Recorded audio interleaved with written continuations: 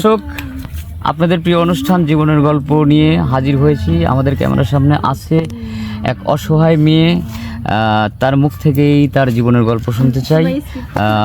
আপু কেমন আছেন? আসসালামু আলাইকুম। ওয়ালাইকুম সালাম। আসসালামু আলাইকুম। আমি ভালো আছি ভাইয়া। আপনি ভালো আছেন? হ্যাঁ, আচ্ছা। এখন প্রথম প্রশ্ন হচ্ছে তোমার নাম, তোমার বাড়ি এবং তোমার পরিবারে কে কে আছে, এবং তুমি মানে তোমার জীবনযাত্রা কেমন চলছে তোমার নিজের মুখ থেকেই তুমি দর্শক বিন্দুদের কাছে বলো। আসলে জীবনযাত্রা বললে তো শেষ করা যাবে না, কারণ একটা মানুষের জীবন নিয়েই কিন্তু আমরা যে একটা মুভি দেখি, একটা মানুষের প্রকৃত লাইফ গল্প, এটা সত্য, ঠিক আছে? তো এরকম জীবন বলে ভাইয়া শেষ করা যাবে না। তো জীবনের সামথিং বলি। আমার মা নেই, বাবা আছে, ঘরে সৎমা। তো বুঝে নিতে একটা সৎমার ঘরের তার অবস্থাটা কি হতে পারে। অবশ্যই।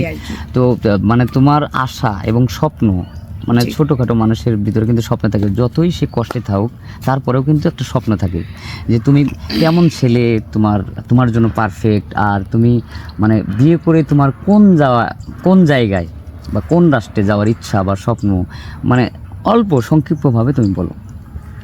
আসলে আমার বাংলাদেশের ছেলে বিয়ে করার ইচ্ছা খুব কম। আমার চিন্তা ভাবনা বাইরের ছেলে আমি বিয়ে করব, ইউএস অথবা ইউরোপ, এরকম চিন্তা ভাবনা আমার। বিয়ে করে আমি চলে যাব, আমি আর বাংলাদেশে কখনো আসবো না। কখনো আসবে না? না, মানে আমার কষ্টের জন্য কথাটা বলছি। কেউ কিন্তু আমাদের সোনার বাংলা ছেড়ে যেতে চায় না, অথচ আমি নিজে স্বেচ্ছায় আমি যেতে চাই। কেন? অবশ্যই আমার ভিতরে এরকম কষ্ট আছে। এই জন্য আমাদের ক্যামেরার সামনে আসছো, যে তোমার মনের কথাগুলি প্রকাশ করার জন্য, যা খুব ভালো লাগছে, খুব সুন্দর। তো এখন আছে তোমার কে নেই যেন? আমার মা নেই। তোমার মাটা মানে কিভাবে মারা যায়? আমার মা ব্রেন স্ট্রোক করে মারা যায়। তার মানে কিছু কারণ তো থাকে, মানুষের ব্রেন স্ট্রোক করার তো কোনো কারণ? না ভাই, স্ট্রোক করার কোনো কারণ থাকে না। আর তখন তো আমরা ছোট, এতটা বুঝিও না। আমি স্ট্রোক কি তখন তাই বুঝতাম। অনেকে দেখা যায় চিনতে পাবনা এদের সংসারের ঝামেলা নিয়ে। আমি তখন তো আমি ছোট, আমি বুঝতে মানে আমার জীবনে ফার্স্ট আমি জানি না আসলে স্ট্রোকটা কি জিনিস। আমি তখন বুঝতাম না। এখন তোমার পরিবারে তো তোমার বাবা আছে, সৎ মা আছে, তো তোমার সৎ মার সাথে তোমার মানে সম্পর্কটা কেমন যাচ্ছে? ভাইয়া যদি ভালো হতো তাহলে অবশ্যই আপনাদের আমি অনুষ্ঠানে আসতেন না, ঠিক আছে।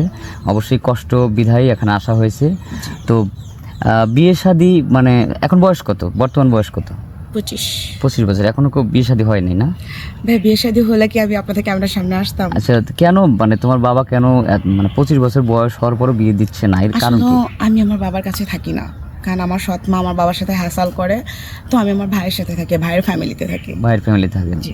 মানে দেখা গেল যে বাবার সাথে থাকলে বাবার সাথে সৎ মায়ের একটা দ্বন্দ্ব হয়, যার কারণে এটা চাচ্ছেন না যে মানে এই তাদের সাথে তাই নিজে থেকেই সরে আসছেন। এখন ভাই ভাবির কাছে আসেন, তো এখন বিয়ের জন্য আমাদের ক্যামেরার সামনে আসছেন।